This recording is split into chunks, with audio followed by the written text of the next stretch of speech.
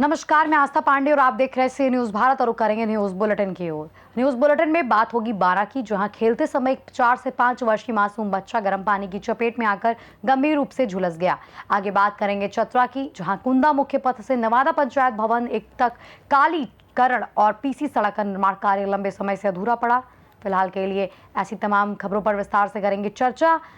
खबर आगरा से है, जहां कमला नगर स्थित न्यू लश्करपुर क्षेत्र में आयोजित 7 दिवसीय श्रीमद् भगवत कथा महोत्सव भक्ति और श्रद्धा के रंग में सराबोर है। कथा के 5वें दिन कथा व्यास रामप्रकाश शास्त्री महाराज ने भगवान श्री कृष्ण की बाल लीलाओं का मनमोहक वर्णन किया।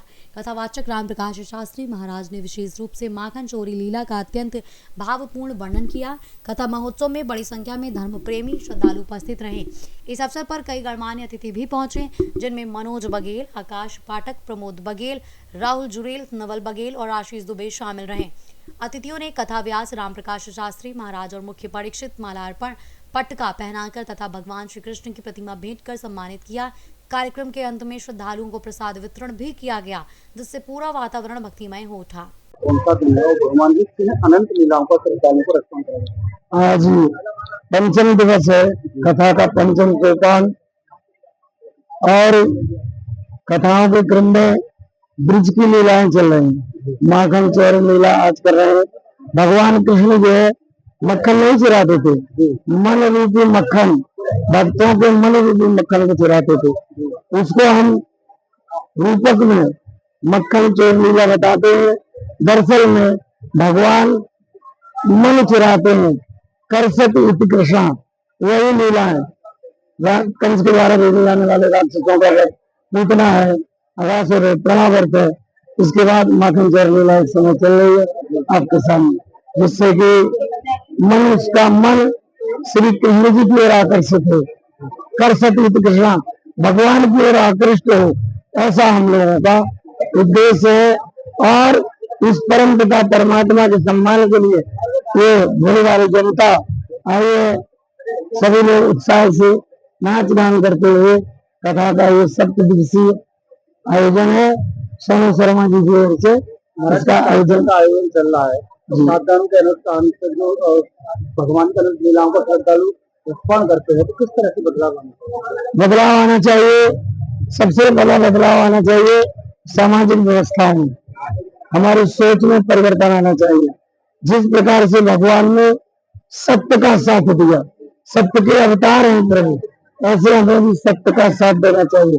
पर उपदेश कुशल रहो तेरे, जे आचरण तुम्हें नगण्य। केवल हम कहकर नहीं, बल्कि जो हम कह रहे हैं कथा भक्तों को सिखाते हैं, शिक्षा देते हैं, उनसे निवेदन करते हैं तो जो आपसे कहा जा रहा उस पर चल करके देखो, केवल सुनने से उद्धार नहीं। आगरा से सी न्यूज संवाददाता विष्णु बघेल की रिपोर्ट। खबर बलौदा बाजार से है, जहां छत्तीसगढ़ के वरिष्ठ कांग्रेस नेता एवं पूर्व उप मुख्यमंत्री टीएस सिंहदेव के बलौदा बाजार आगमन पर कांग्रेस कार्यकर्ताओं और नेताओं द्वारा भव्य स्वागत किया गया। अपने दौरे के दौरान टीएस सिंहदेव ने कई वरिष्ठ कांग्रेस नेताओं और कार्यकर्ताओं के निवास पर पहुंचकर उनसे मुलाकात की और उनका हालचाल जाना। इस दौरान उन्होंने क्षेत्रीय नेताओं से संगठनात्मक गतिविधियों और स्थानीय हालात पर भी चर्चा की। इसके साथ ही उन्होंने दिवंगत कांग्रेस नेता एवं पूर्व शहर कांग्रेस अध्यक्ष स्वर्गीय रूपेश ठाकुर के परिवार से भी मुलाकात की और उन्हें सांत्वना दी। कई नेताओं का कहना है कि ऐसे जनसंपर्क कार्यक्रमों से पार्टी कार्यकर्ताओं में सक्रियता बढ़ती है और संगठनात्मक मजबूती को बल मिलता है। बलौदा बाजार से सी न्यूज संवाददाता बलदाव सिंह ठाकुर की रिपोर्ट। इस वक्त की बड़ी खबर आ रही है बारां से, जहां केलवाड़ा क्षेत्र में एक दर्दनाक हादसा सामने आया है, जहां खेलते समय एक 4 से 5 वर्षीय मासूम बच्चा गर्म पानी की चपेट में आकर गंभीर रूप से झुलस गया। घटना के बाद परिजनों ने तुरंत बच्चे को सामुदायिक स्वास्थ्य केंद्र केलवाड़ा पहुंचाया, जहां उसका उपचार भी जारी है। वहीं चिकित्सकों के अनुसार बच्चे की हालत पर गंभीर लगातार निगरानी रखी जा रही है। सूचना मिलते ही बीसीएमओ डॉक्टर श्रवण कुमार शर्मा अस्पताल पहुंचे और बच्चे की स्थिति का जायजा लिया। उन्होंने चिकित्सा टीम को बेहतर और त्वरित उपचार के निर्देश दिए। इसी दौरान बीसीएमओ ने अस्पताल में भर्ती अन्य मरीजों की स्थिति भी देखी और व्यवस्थाओं का निरीक्षण करते हुए अस्पताल की सुविधाओं और संसाधनों का जायजा भी लिया। फिलहाल मासूम का इलाज जारी है और परिजन उसकी सलामती के लिए चिंतित हैं। बारां से सी न्यूज संवाददाता इमरान खान की रिपोर्ट। खबर डभोई से है, जहां शहर और तालुका के किसानों ने ज्वार खरीद नियमों में बार बार हो रहे बदलाव और कथित गलत नीति के विरोध में प्रांतीय कार्यालय में ज्ञापन सौंपने के बाद कृषि उपज मंडी समिति में धरना शुरू कर दिया है। किसानों ने स्पष्ट कहा है कि जब तक उनकी मांगें पूरी नहीं होती तब तक आंदोलन जारी रहेगा। किसानों का कहना है कि सरकार की ज्वार खरीद नीति में लगातार अस्थिरता और बदलाव ने उनकी आर्थिक स्थिति को गंभीर रूप से प्रभावित किया है। ये मुद्दा केवल खरीद कोटे तक सीमित नहीं है, बल्कि किसानों की आजीविका और आगामी खेती के सीजन पर भी सीधा असर डाल रहा है। किसानों ने बताया कि शुरुआत में आपूर्ति विभाग द्वारा प्रति हेक्टेयर 1850 किलोग्राम ज्वार खरीदने का आदेश जारी किया गया था और उसी आधार पर खरीद प्रक्रिया भी शुरू हुई थी। किसानों ने इसे नीति की असंगति और आर्थिक अन्याय बताते हुए तत्काल समाधान की मांग की है। जय जवान जय किसान। आज रोज ડભોઈ એપીએમસી માર્કેટ યાર્ડ ખાતે ડભોઈ તાલુકાના તમામ ખેડૂતો અહીં ભેગા થઈ અને આજે પ્રાંત ઓફિસર કલેક્ટર સાહેબને આવેદનપત્ર આપી અને અમે અહીંયા ઉપવાસ ઉપર ભેગા થયા છે। તો અમારી સરકારને એક જ માંગ છે કે અમારો જે જૂનો ઠરાવ થયો હતો અને અમારી જે નક્કી કરી હતી હેક્ટર 1850 એ જ અમારી માંગ છે અને એ જ અમારી સરકાર પૂરી કરે એ રીતે અમે આજે ઉપવાસ ઉપર બેઠા છે। અને બીજી વાત કે અત્યારે ખેડૂતને કેટલું પાકે છે એ કુદરતના આધારિત છે, બાકી સરકાર નક્કી નહીં કરતી કે ખેડૂતને આટલું જ પાકે છે અને અમે આટલી ખરીદી કરીશું। બીજી વાત કે અત્યારે વરસ માથે આવી ગયું છે, ખેડૂતોના માલ બહાર ઢગલા પડ્યા છે, તો હવે અમારે ખેડૂતોને નવું સિઝન ઊભી કરવાની કઈ રીતે અમે કરીશું? અમે લોનો ભરવાની હોય છે, સરકાર એવું કહે સમયસર લોન ભરાય તો તમારો વ્યાજ માફ થશે, આ સમયસર લોન નહીં ભરાય તમારું વ્યાજ કદી માફ થવાનું? તો ખેડૂત ડૂબવાનો છે એની અંદર। તો અમારી સરકારને એક અરજ છે કે અમારી જૂની માંગ છે એ પૂરી કરે અને આ વહેલી તકે અમારો નિર્ણય લાવે એવી અમારા બધા ખેડૂતોની ડભોઈ તાલુકાના દરેક ખેડૂતને એવી નમ્ર વિનંતી છે કે અમારો માલ વહેલી તકે ખરીદે અને અમારો નિવેડો લાવે। આ નિર્ણય નહીં આવે તો શું કરશો? આ નિર્ણય નહીં આવે તો અમે જે નિર્ણય લીધો છે જ્યાં સુધી નિર્ણય નહીં આવે ત્યાં સુધી અમે ઉપવાસ ઉપર રહીશું અને અમે લડત ચાલુ રાખશું। શું નામ આપનું? મારું નામ મનોજભાઈ શંકરભાઈ પટેલ, ગામ વસઈ। શું કાર્યક્રમ છે ખેડૂતોના પ્રશ્ન લઈને? આજ રોજ અમે એમએસપીના ભાવથી જે જુવાર ખરીદી થતી હતી એના અંતર્ગત પ્રાંત અધિકારીને આવેદનપત્ર આપવા ગયેલા, ત્યાં આગળ એ ગેરહાજર હતા, એમની જગ્યા પર ડેપ્યુટી કલેક્ટરને આપણે આવેદનપત્ર આપી અને અમારી માંગ મૂકી છે। એમએસપીના ભાવથી જે જુવારની ખરીદી ચાલતી હતી એમાં સુધારો કરી અને એ લોકોએ 1000ની જગ્યા પર 1700 કિલો કરેલો છે। પ્રથમ ઠરાવ પ્રમાણે મૂળ ઠરાવ પ્રમાણે સરકાર ખરીદી કરે એવી અમારી માંગ છે અને 1 મહિનાની અંદર આ ત્રીજી વખત એ લોકોએ ઠરાવ બદલી કાઢેલો છે, તો એનાથી ખેડૂતોને બહુ મોટું નુકસાન થાય છે, આર્થિક નુકસાન થાય છે। એની માટે અમે આજે ભેગા થઈ અને એપીએમસી ગ્રાઉન્ડ ખાતે ધરના પ્રદર્શન અને આમરણ અનશન પર બેસેલા છે। કેટલા ખેડૂતો જોડાયા છે તમારી સાથે? કયા ખેડૂતો? ડભોઈ તાલુકાના તમામ ખેડૂતો આજે અમારી સાથે જોડાયેલા છે અને જ્યાં સુધી અમારી માંગ સ્વીકારવામાં નહીં આવે ત્યાં સુધી આ આમરણ અનશન ચાલુ રહેશે। સરકારને શું મેસેજ આપવા માંગો? અમે સરકારને મેસેજ આપવા માંગીએ છીએ કે જૂના ઠરાવ પ્રમાણે જે 1 મહિનો તમે ખરીદી કરી હતી એ જ પ્રમાણેની ખરીદી ફરી ચાલુ કરો। જે ખેડૂતોની ખરીદી થઈ ગયેલી છે એ જૂના ઠરાવ પ્રમાણે થયેલી છે 30 તારીખ સુધી, ત્યારબાદ તમે નવો ઠરાવ કાઢી અને અરમઈમાં જેવું વર્તન ખેડૂતો જોડે ના કરો એવી અમારી 2 હાથ જોડીને નમ્ર વિનંતી છે। डभोई से सीनियर संवाददाता लाल भाई भटियारा की रिपोर्ट। खबर देवास से है, जहां राज्य शासन के निर्देशानुसार देवास जिले में 12 से 18 जून 2026 तक प्रत्येक विकासखंड एवं नगरीय निकाय मुख्यालयों पर 3 दिवसीय जन कल्याण शिविर आयोजित किए जा रहे हैं। इसी क्रम में शुक्रवार को देवास के कृषि उपज मंडी प्रांगण में विकासखंड स्तरीय जन कल्याण शिविर का शुभारंभ हुआ। शिविर में विभिन्न विभागों द्वारा केंद्र एवं राज्य सरकार की योजनाओं की जानकारी और लाभ देने के लिए अलग अलग स्टॉल लगाए गए। विधायक हाट पीपलिया मनोज चौधरी, कलेक्टर ऋतुराज सिंह और जिला पंचायत सीईओ ज्योति शर्मा ने स्टॉलों का निरीक्षण किया और लाभार्थियों से संवाद किया।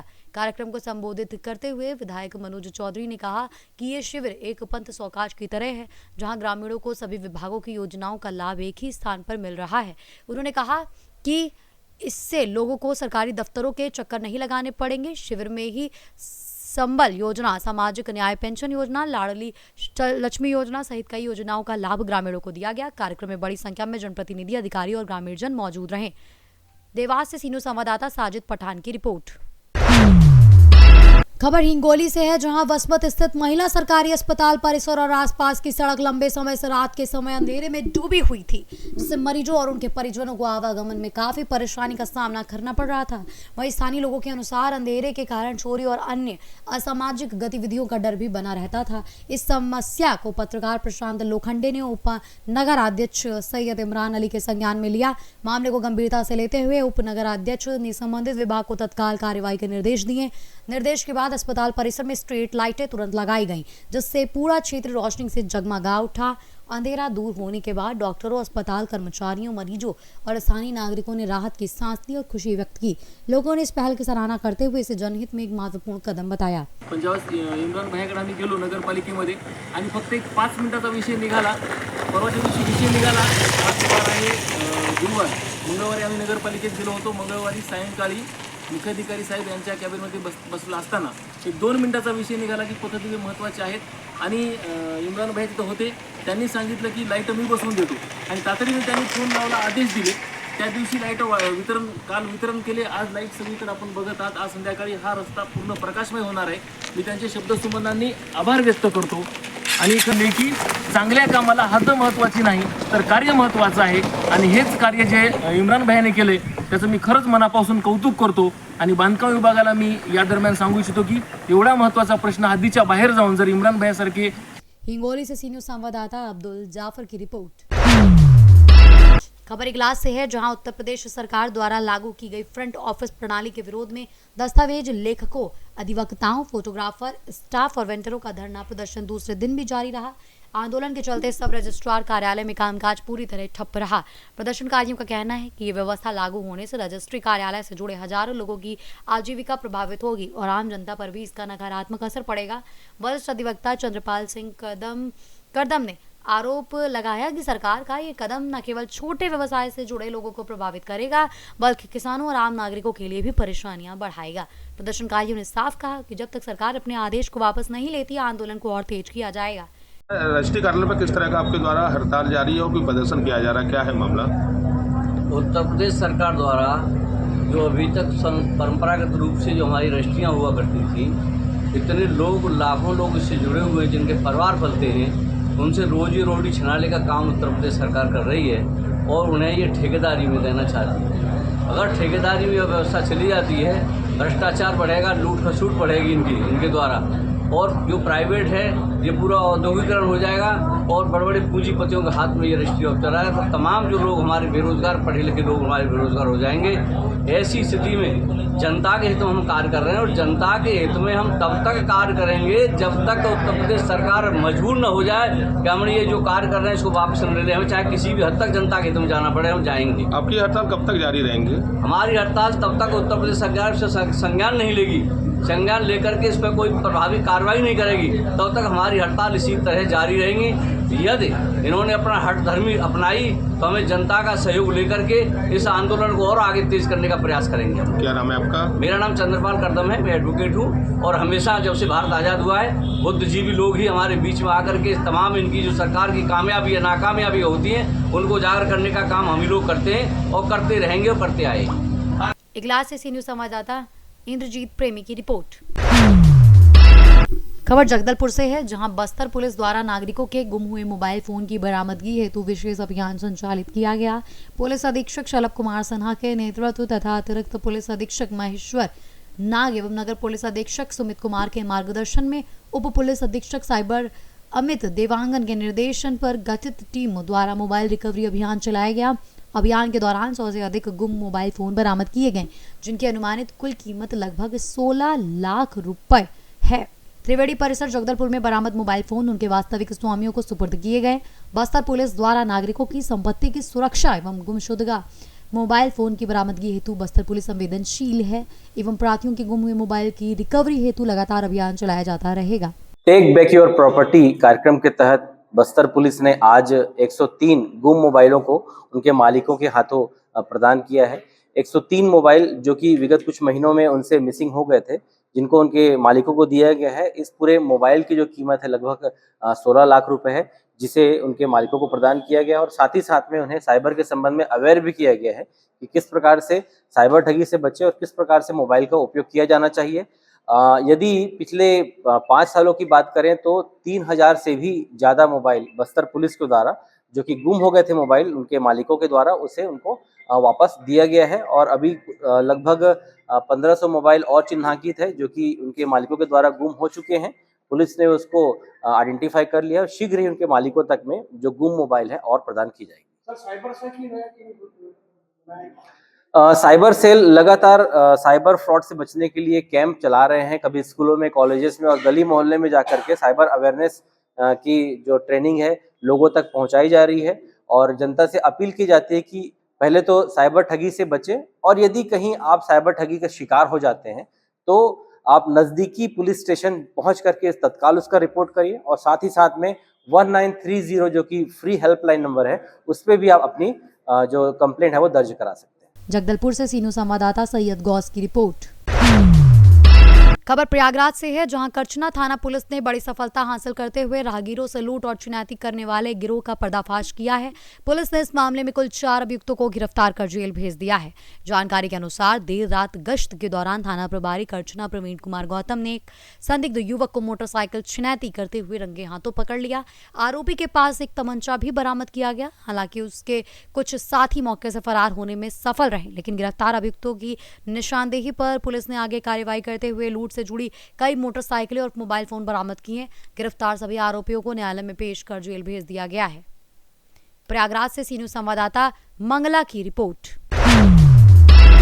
खबर सोनभद्र से है, जहां ओबरा थाना क्षेत्र के वीआईपी रोड स्थित एक पेंट की दुकान में अचानक भीषण आग लगने से इलाके में अफरा तफरी मच गई। वही प्रत्यक्षदर्शियों के अनुसार आग कुछ ही मिनटों में विकराल रूप ले गई और दुकान से ऊंची ऊंची लपटें तथा घना धुआं उठने लगा। स्थिति इतनी भयावह हो गई कि आसपास के लोगों में दहशत फैल गई और एहतियातन कई परिवार अपने घरों से बाहर निकल आए। घटना की सूचना मिलते ही मौके पर भारी भीड़ जमा हो गई। दमकल विभाग की टीम के पहुंचने से पहले ही आग ने दुकान में रखे लाखों रुपयों के सामान को अपनी चपेट में ले लिया। फिलहाल आग लगने के कारणों का स्पष्ट पता नहीं चल सका है। घटना से पूरे इलाके में हड़कंप मचा हुआ है। सोनभद्र से सी न्यूज़ संवाददाता कुंदर्ज चौधरी की रिपोर्ट। फिलहाल के लिए इस बुलेटिन में बस इतना ही। बाकी देश और दुनिया की तमाम बड़ी खबरों के लिए बने रहिए सी न्यूज़ भारत के साथ।